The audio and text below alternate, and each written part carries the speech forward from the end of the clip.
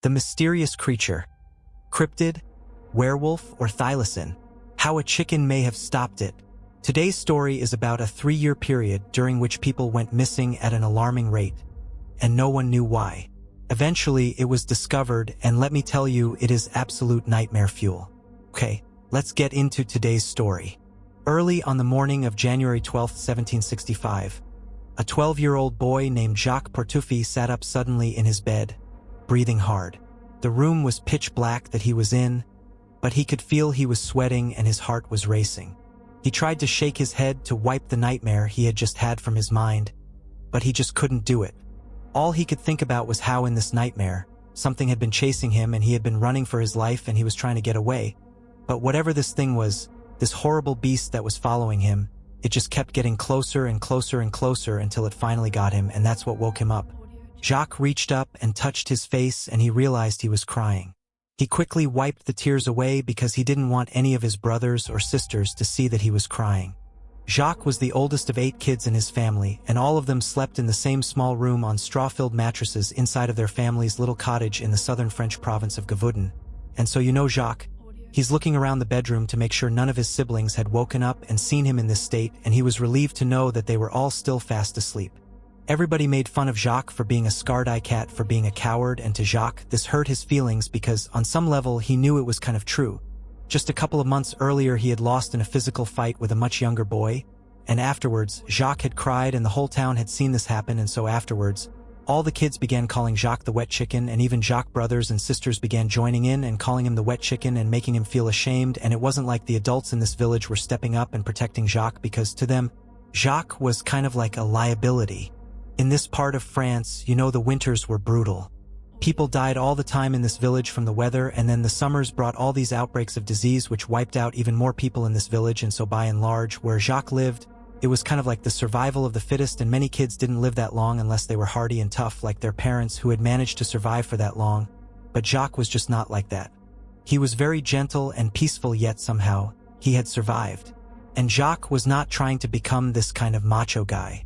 Instead, he really wanted to be a priest like his uncle, but his uncle lived far away, so it was tough to see his uncle all that often to learn about, how to become a priest. But anytime Jacques did get a chance to actually see his uncle, he would have a chance to read all these books and study alongside his uncle, and so for a little while, it was like Jacques was transported away from the hardships of his village to the life that in many ways, he wished he had. A quiet, peaceful, very studious life, but deep down, Jacques felt like there was no chance he would ever actually escape this little village where he effectively was an outcast. Even though the sun had not risen yet, Jacques just sat on his bed and couldn't fall asleep again after waking up from this nightmare, and so just sitting there in the dark and the quiet, Jacques began to think about what he had to do later that day. When the sun did come up, and like usual, Jacques started to feel afraid. And so Jacques eventually just laid down with his eyes open, and he laid there until dawn, when one of his younger brothers, named Jean, who was 8 years old, rolled over and pushed him and said, "Hey, wet chicken, it's time to get up. It's our day with the sheep. Let's go." Jacques scowled at his younger brother and shoved him back. But not that hard, because Jacques never really shoved anybody that hard, no matter what they did to him, and then both boys hopped out of their bed. They wolfed down some bread and cheese and then headed out the door. As soon as they were outside, Jacques noticed that the village was much quieter than it normally was. But then again, these days villagers did not leave their homes unless they had to. And so Jacques and Jean made their way away from their cottage down the dirt road to the pen where their family kept all of their sheep, and the boys opened up the gate and then used their staffs to kind of corral the sheep out of the gate back onto the road, and as the sheep kind of bleated and bad and bumped into each other, the boys worked hard to kind of organize them on the road. And then once the sheep understood which direction they were going, towards the forest, a very familiar walk for the sheep, they kind of fell into line and just began walking very casually, like they knew exactly where to go. And once the sheep had fallen into this kind of routine rhythm, Jacques and Jean fell in behind them and just walked quietly after them. As the boys walked, they both constantly kept looking left and right and ahead of the sheep and behind them, constantly scanning for danger because they knew something was out there. For months now, children all across this province in France, Gavaudan, had been going missing. They'd go off into fields or pastures, like when they are moving their family's livestock around, and the kids would just vanish. And then sometimes, if they were found again, they'd be found totally mutilated, far from where they should have been. The attacks on these kids across Gavaudan had begun a year earlier, on June 30th, 1764. On that day, a 14-year-old girl, who actually was the older sister of one of Jacques' friends, had disappeared and then been found again later that day, partially eaten in a field near her home, after she had not come home with the family's cattle. Now, of course, this was very tragic, but to this point, there had not been any other attacks. So, there was no pattern here, and so the assumption was that she must have been attacked by a wolf, which did happen and often to children because kids, at this time in France, were often in charge of tending to their family's grazing animals the way Jacques and Jean were going out with their sheep. You know, these kids were small, they couldn't defend themselves, and if a wolf set onto them, there was very little they could do. But 5 weeks after this 14-year-old girl was found dead and mutilated in the field, 2 more teenagers were also found mutilated and dead in a field. And this was only the beginning. As summer turned to fall that year, more and more kids went missing and then turned up dead in fields, partially mutilated. And the more these attacks happened across southern France, the more people thought to themselves, this can't be a wolf. Number 1, wolves don't go on extended human killing sprees. That's just not a thing. And number 2, if it was a wolf, they would be eating more of their victims. They wouldn't just rip their body to shreds and then leave them. They would eat the meat. And so, by this early January day in 1765, as Jacques and Jean were setting out for the day with their family sheep, the death toll from whatever was killing these kids was now well into the dozens. People in France had begun calling whatever was killing these children the Beast of Gavaudan, and stories about this creature began popping up in newspapers all over France. People all across southern France began forming these huge hunting parties to go out into the forests and the wilds of Gavaudan to find this creature and kill it. But they would always come back empty-handed. And then every now and again a hunter would be out and they would see a huge wolf, and they would kill it and they would declare that they had found and killed the Beast of Gavaudan, but the attacks on these kids all across this province just continued, so obviously that wolf was not it. And so, as these attacks continued, all the fairs and festivals that normally would pop up all year long all across southern France all stopped because people were afraid to go out in fear of this creature. And then, of course, in villages like Jacques Village, people just stopped going out unless they had to, again because of the Beast of Gavaudan. But Jacques and Jean's family relied on their livestock, and they needed their sheep to go out and graze. And so on this day in January, Jacques and Jean had to go out because their sheep had to graze. Their family relied on the sheep. Livestock was their livelihood. As Jacques and Jean continued walking behind their herd of sheep down this dirt road towards the forest, the 2 boys eventually came to a stop and just turned around and looked back at their village. They saw walking on the road towards them were 5 more kids along with 2 additional herds of sheep that these 5 kids were in charge of. Ever since the Beast of Gavaudan had become a thing, Jacques and Jean had begun tending their sheep along with these 5 kids and their sheep. They figured the bigger their group was, the safer they were from this creature. As the 5 kids got closer to Jacques and Jean, Jacques realized that one of the kids that was with them that day was a tall, thin redhead. It was the same younger boy who had recently beaten Jacques up in front of the village, and he had cried and everyone had made fun of him. And so Jacques sees this kid coming and immediately he can feel his face burning with embarrassment. And then the boy, he sees Jacques and he immediately smirks and begins flapping his arms like chicken wings. But once these 5 kids and their sheep joined Jacques and Jean and their sheep, they all kind of just went quiet because none of them wanted to be out there. They were all scared of the Beast of Gavaudan, and the only reason they were together was, again, to be safe from this creature that was killing kids left and right. And so in relative silence, all of the kids and their sheep just slowly walked together down this dirt path, and eventually they made it into the big forest, where just beyond the forest was the pasture where the sheep would graze. And as the group entered the trees and it became dark and more quiet and kind of eerie, Jean tugged on Jacques' shoulder and said, "Will you please tell a story?" Because Jean was scared too. The kids were all scared and they figured, if Jacques just told a story, it would take their mind off of how tense this moment was. And when Jacques heard this request, he smiled because this was something he loved to do. He was a great storyteller. It was like his one strength. When Jean had asked for this story, the kids and the sheep had made it to the end of the forest path. And so, by the time Jacques was about to start his story, all the sheep had made their way out of the forest onto this big open pasture right in the middle of the forest. And so, as the sheep just kind of filtered out into this open area, Jacques stopped and all the kids kind of came up right behind him. Jacques started his story by pointing across the pasture to this bog that was right at the base of this big hill. And he said, Do you see those big rocks in that bog over there? Well, you see the biggest rock. Well, that's not a rock. It's a doorway, and if you move the rock underneath it, there's a portal to another world. And so, as Jacques began telling this very creative story about this kingdom that existed underneath the bog, he sat down against a rock, kind of facing out towards the sheep. And all the other kids kind of filed in around him, taking seats, with Jean, his brother, sitting right behind him to his right, and Jacques was just really into the story, to the point where he kind of forgot about what was happening with the sheep and he wasn't scanning around for danger. And neither were any of the kids, including the redhead, who had beaten up Jacques. He wanted to act like he wasn't into his story, but in reality he was, and he was just as interested in what was going on with the magical kingdom below this rock. Finally, when Jacques got to the end of his story, where this evil giant that had been tormenting the kingdom under the bog had been tricked by an orphan into trying to go through this magical portal into their world, and the giant had gotten stuck in the doorway because he was so big, and he never tormented the kingdom again, and they lived happily ever after. When Jacques got to that point in the story and all the kids were locked in and not paying attention to anything else, two things happened in rapid succession. The first was, even though Jacques is telling the story and focusing on that, in the back of his mind he registers hearing the sound of twigs breaking somewhere right behind him, almost like the sound of someone or something moving along the forest floor.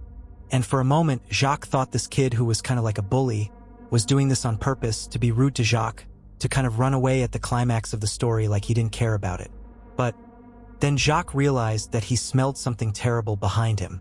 But when Jacques turned around to see what was making this smell, he saw that his brother Jean, who had been sitting right behind him to his right, was now gone, and where he had been sitting was just his staff lying on the ground. And for a second, Jacques just couldn't process what his eyes were seeing. He didn't understand how his brother could have gotten away from him without him noticing. But before Jacques could do anything, all the kids around him who were still there began screaming and pointing up towards this hill that was right behind them. And so Jacques turned around, and to his horror, he saw there was this huge 12-foot tall creature that was covered in fur. It looked like an oversized wolf, but it was standing on two legs, and its bones seemed like they were too big for its skin, and it made it seem very angular and jagged.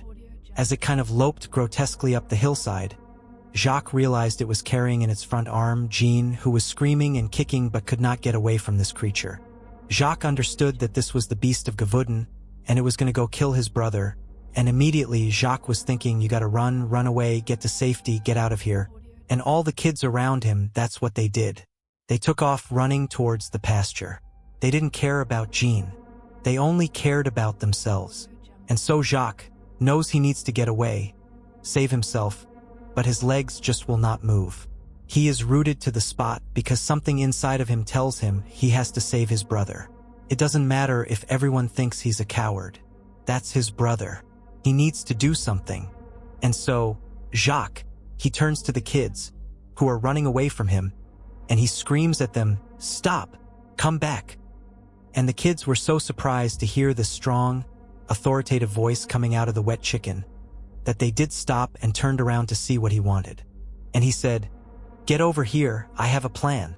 And so the kids, except the redhead, who had run off by himself, came back to Jacques, and Jacques began telling them his plan to save Jean and the kids. Again, we're so taken with how Jacques was owning this moment and being a leader that they all said, "Okay, let's do this." And so, after this very quick planning meeting, all the kids turned and began running up the hillside towards the beast of Gavudin, with Jacques in the front with his staff out. The kids gained on the beast quickly, and the creature noticed and kept turning around and looking at these kids getting closer and closer, but the beast did not seem interested in any of them. It just wanted Jean. It moved Jean from its arm up into its mouth, and then the creature began kind of using the trees to pull itself faster and faster away from the kids, but Jacques just kept going faster and faster and pushing himself to get closer and closer. And as he did, it motivated the other kids to follow along and push it and gain on this creature. And finally, they got close enough to this beast that Jacques yelled out to the kids, "Now!" And they all fanned out around it and began smashing this beast with their staffs.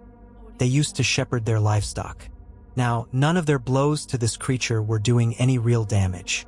The creature did not seem fazed that the kids were now attacking it, but they were kind of able with their strikes to this creature to direct it and get it to kind of turn in the direction that Jacques had told them to make the creature go. And so, The kids continued to beat and poke and corral this creature, and every time they hit it, the beast would kind of flail out with one of its arms, but it never really did anything because again, it's focused obviously on taking Jean. But eventually, Jacques' plan worked. He had corralled the creature to the top of the hillside right over where that bog was, where those rocks in the middle were part of the story that Jacques had told about how there was this portal to another world. And once this creature was positioned where Jacques wanted it, he again yelled to the kids to do the next phase of their plan. And all the kids kind of fanned out to the top of the hill, and with their staffs, they beat and poked this creature down the hill into the bog. As they did this, Jacques kept looking to see if Jean was alive because earlier he had been screaming and kicking. But now there was blood all over his brother and he was limp in the creature's mouth and he wasn't making any sound. But Jacques didn't care. He wanted to get his brother back, dead or alive. And so, finally, Jacques stepped forward from the group and he wound up and he smashed the beast as hard as he could. Hard enough that the beast actually kind of stumbled forward into the actual marshy bog.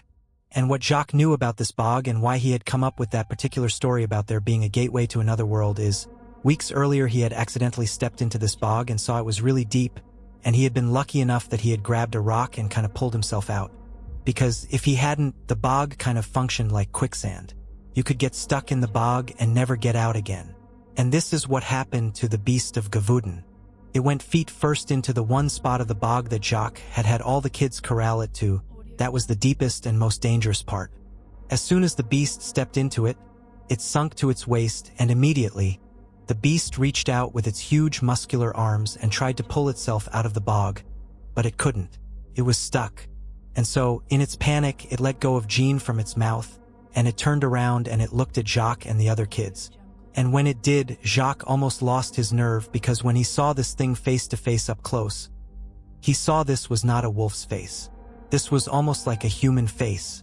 Its eyes were making distinct eye contact with Jacques, and it was furious. It was like the beast understood that Jacques had just trapped it. He had tricked the beast into walking into this bog, and it wanted to kill Jacques. And for a moment, Jacques was totally entranced by this creature's eyes. It just struck him that this looks human, it looks intelligent. Do you know what is this thing?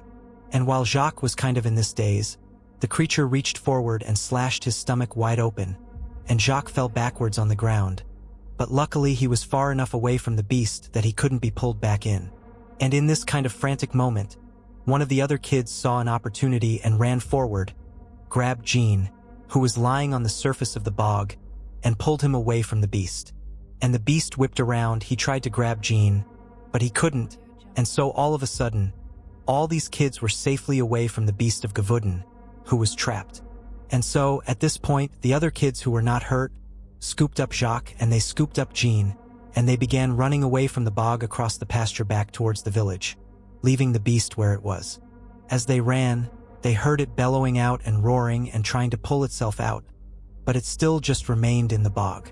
And finally, as they got back to that dirt path that led back to the village, they saw there was a group of armed villagers running towards them because it would turn out the redhead who had run off had told the village and they were coming out to help the kids. And so, as the armed villagers met with the kids, they told them where the beast was, stuck in that bog, and the villagers took off to go kill the beast, and then the kids, along with Jacques and Jean, they went into the village. They were put into a home and put on beds, by which point the village doctor had come over and began treating both of them. Jean was alive, but just barely. He had lost a lot of blood, and the beast had grabbed onto his scalp and crushed his skull, but he would ultimately survive. As for Jacques, it was a very painful wound that he had sustained on his stomach, but none of his internal organs had been damaged, so he would also survive as well. As for the armed villagers, even though they very quickly got out to that bog where the beast was when they got there, the beast was gone, and the beast of Gavuden would continue to kill people for another 2 years, until June 19, 1767, when a hunter happened to encounter it in the middle of a forest and he shot and killed it. And by that point, over 100 people had been murdered by this creature. The hunter would drag the carcass of the beast back into his village, and a doctor would perform an autopsy, but the doctor was unable to identify what kind of animal it was. It did kind of look like a wolf, a huge wolf, but its body was just so misshapen and its bones were too big and it walked on 2 legs, not on all 4s. And so, there was never any definitive information about what this even was and how this even happened, but when they opened up its stomach, they did find human body parts. Jacques was one of the only people to have ever survived an encounter with the beast of Gavaudan, and so he was celebrated all across France. He quickly went from being the wet chicken to the little hero, and his story would reach as far away as Boston, Massachusetts. And in fact, Jacques' story was so well publicized that it eventually reached King Louis XV. And he was so moved by it that he invited Jacques to come meet him. And after meeting Jacques, he loved him and offered to pay for his entire education. And so Jacques would get to finally leave this little village where he never quite fit in, and he would move to northern France and enroll in a prestigious school there, and he would spend his days reading and writing just like he had always hoped for. Please join us to follow the next story. It turns out that one of the subjects had literally screamed so much that he tore his vocal cords. The other subjects, they didn't react at all to the screaming. It was as if it wasn't happening. But imagine this. They were all trapped in this small, confined space. It was so loud in there. As he screamed, the others began ripping pages from a book, soaking them in something, and then pressing those wet pages against the porthole glass, blocking any view.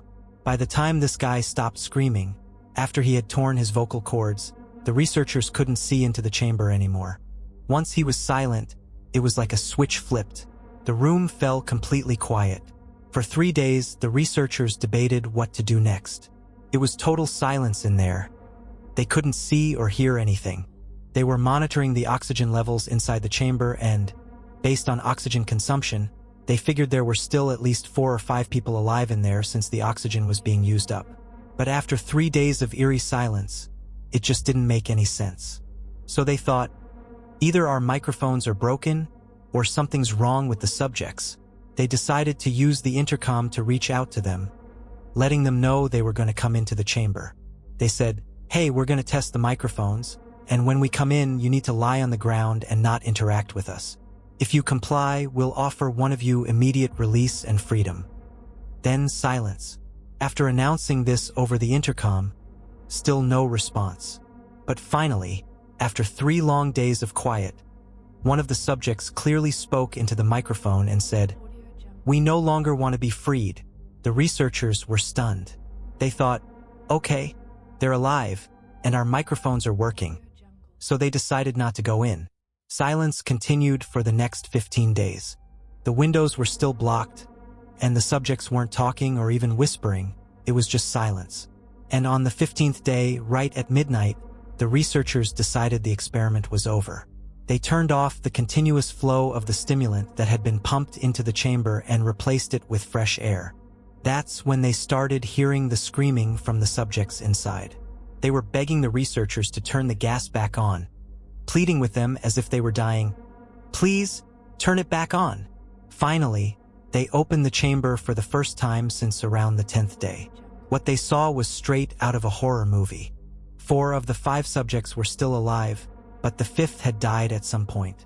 Parts of his flesh were missing from his chest and leg and had been stuffed into the drain in the center of the room. To make matters worse, the water in the bathroom had been turned on and flooded the chamber with nearly 4 inches of murky, stagnant water, filled with all sorts of disgusting stuff. And there was this dead subject in the middle of it all. The 4 survivors had chunks of their own flesh ripped off, and it was later determined that this was self-inflicted. They hadn't used their teeth. It was all done by hand, and they were actually eating the pieces they tore off. The food storage in the room hadn't been touched in days. It was like they had completely lost their minds and resorted to cannibalism. Even after all of this, the subjects didn't want to leave the chamber. They continued to beg for the gas to be turned back on. Eventually, the researchers had to call in soldiers to help extract the living subjects, but they fought fiercely to stay inside. One of the subjects even jumped up and bit one of the soldiers on the neck, causing him to bleed to death. In the chaos, another subject had his spleen ruptured and bled out as well. So now, 2 casualties had occurred just trying to get them out of the room. Eventually, they managed to pull the 3 remaining living subjects out and restrain them heavily before transporting them to a medical facility. They needed surgery since chunks of their own flesh were missing, and they were utterly emaciated. The most injured of the 3 was rushed into surgery right away, while the other 2 were kept in a holding room. They attempted to give him a sedative to prepare him for the operation. So, This isn't just any sedative, it turns out he's almost immune to it. They give him the sedative, but it doesn't have any effect. He's resisting them, begging to go back under the gas. Finally, they decide, okay, we're just going to give him the anesthetic now. When they bring it out and tell him, we're going to give you the anesthetic and perform the surgery, he starts fighting back fiercely. He pleads with them not to give him the anesthetic, insisting that he must stay awake.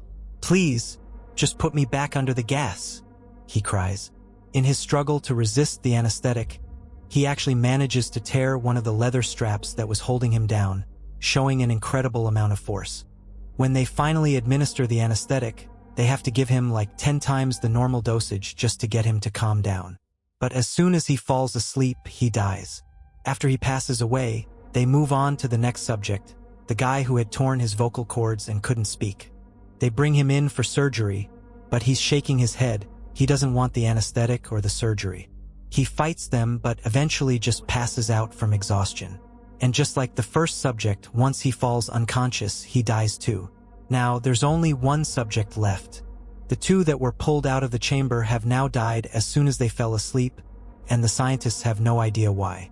Instead of bringing the last survivor into surgery, given what they've just witnessed, they decide to put him back in the chamber and turn the gas back on. Apparently, that's the one thing keeping these guys alive. So, to prepare him for going back into the chamber, they hook him up to an EEG which measures brain waves, something they hadn't done until now. They put him in there and start watching the EEG readout. They notice that his lines are inexplicably flatlining and then bouncing back up, only to flatline again. One of the scientists realizes that every time the subject closes his eyes, it's like he's experiencing these micro-sleeps, just little blinks. Basically, every time he falls asleep for a fraction of a second, it's as if he's going through brain death over and over again. As they're monitoring the situation, they're fully aware of what just happened to the other two subjects. Both of them died when they fell asleep. They're rushing to get the gas turned back on, desperate to keep this last guy alive. But unfortunately, they don't manage to do it in time. He eventually succumbs and falls asleep. Before he dies, the EEG shows that he initially falls into a deep sleep. But then, the lines flatline, his heart stops, and he's gone. All the subjects have died, and no one really knows what caused it. Was it the sleep deprivation? The gas?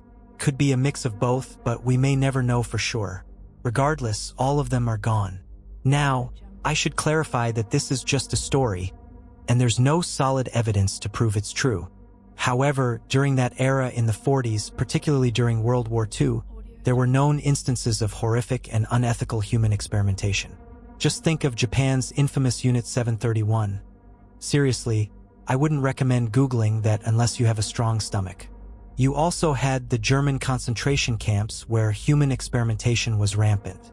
It was just a dark time when these kinds of experiments were happening. So, even if this specific tale about the Russian sleep experiment isn't true, I wouldn't be shocked at all if a similar study took place somewhere. The results might vary dramatically, but I definitely believe something like this could have happened. We're still researching sleep and sleep deprivation, and the truth is, there's still so much we don't understand about it. We don't even really know why we sleep, but we do know that you can die without it. The longest any human has reportedly gone without sleep is around 18 days. I can share my own experience too. During my time in the ABCL, we went through something called Hell Week in initial training. Over the course of 5.5 days, we managed to get just a total of 4 hours of sleep. Not 4 hours every night, but just 4 hours total. It's broken down into 2 chunks of 2 hours each, along with a couple of 15-minute naps thrown in. Honestly, you really start to lose your mind after just 72 hours. I remember hallucinating. When I looked at my classmates, their heads would morph into these giant Rubik's cubes, flipping around. Even when I got right up close, their heads would still be wobbling like that. And that was only 72 hours in. I can't even imagine what would happen after 15 days. And there you have it. An unsettling glimpse into the dark depths of the human psyche and the terrifying consequences of sleep deprivation. The Russian sleep experiment serves as a chilling reminder of the extremes we can reach when pushed to our limits. While this story may be fictional, it taps into real fears and the unknown territories of the mind. If you found this tale as gripping as I did, I encourage you to dive deeper into these eerie narratives. There are countless stories out there just waiting to be uncovered. If you enjoyed this video, please hit that subscribe button and turn on notifications so you never miss a chilling update. And remember, I'd love to hear your thoughts. What did you think about the experiment? Do you have any stories you'd like me to cover? Leave your comments below. I'm always looking for new tales to share. Thank you for watching, and remember, sometimes the scariest stories are the ones that blur the line between reality and fiction. Until next time, stay curious and keep exploring the shadows.